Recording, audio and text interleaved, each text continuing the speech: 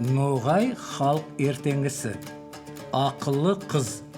Ерте заманда, ешкі бөрте заманда, қара торғай қады болғанда, ханның қызы яды болғанда, бал бүйрекке түскенде, бүйрек балман піскенде, бұрын заманда, яйықпан еділ арасында, ұлы Ноғай хан яшаған, ханның қасында бір ярлы да яшаған.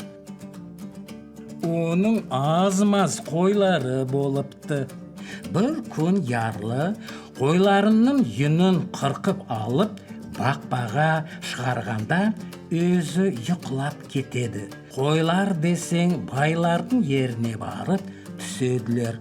Ярлы ұянып, ызын алып ханға тілегімен келеді де: «Бір жолға мені кешіріңіз, ұйқылап кеттім, шүшлі болдым», деп ялбарады. Сонда хан айтады: «Саға 3 күн беремен, сол күнлердің ішінде қаты, жұмсақ, татым деген 3 сөздің мәнесін шеш», деп береді. Қарт үйіне келіп, бәрі затты да қызына айтады: «Ай, тыныш зат, ятып ұйқла, ертең тұрып барарсың», дейді ярлының қызы. 2-ші күн ярлы ханға келеді. «Қаты аттың дүбірдеуі, жұмсақ түйедің табаның, татым ер мен қатынның арасындағы сүйім», дейді. «Мысалармен аңлат», дейді хан. Мысалар таба алмай, терлеп післеп, ярлы аузын ашып қалады. «Мұны саға кім айтты?» деп сұрайды хан. «Өзім білдім», дейді ярлы. «Ялған сөйлейсің», деп хан ашуланып вәзірлерін шақыртады.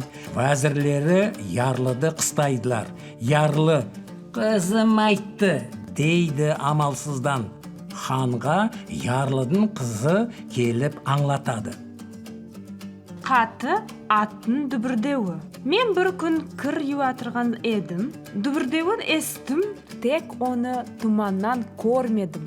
Бір заманда бұрылып қарасам, ұшқан қарағұсты еңгіл елісіп ат кетіп бара жатыр. Жұмсақ дегенін ол түйедің табаны. Анам қой қырқып, қотанның ішіне салып, юнды ұрлап қоймасынлар, сақ бол, деді. Сол кеше мен не шақлы сақ болып ұйқламасам да, юн ұрланыпты.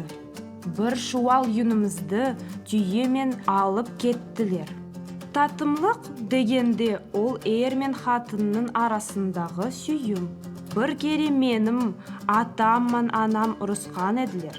Ертең бұлар бірге яшақ туар деп мен ойландым. Атамман қалсам, анамға язық. Анаман кетсем, атамға язық.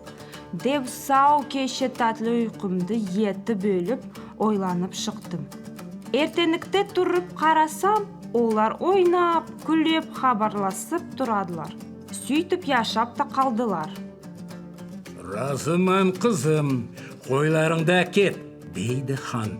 Қыз үйіне келіп атасына: «Хан деген намард зат. Егер ол мені айттырып келіп қызының басы не затты деп сораса, қызым өзі айтар деп явапларсын», дейді. 2 атлы келеді, сонда қыз өзі: «Менің мегерім 15 қозы, 20 ұлақ, 40 тұсау, 60 қысен, 70 бұламық», деп білдіреді. Елшілер ханға келіп, қыздың сөзлерін айтадылар. Хан сонда бұлай дейді: «Ақыл яста туыл, баста» дегенге ұсап қыздың сөзінің бауы бар. Ол қызға менім күшім етпейіп, оның 15 қозы дегенім, ол 15 ясында бала болғаны.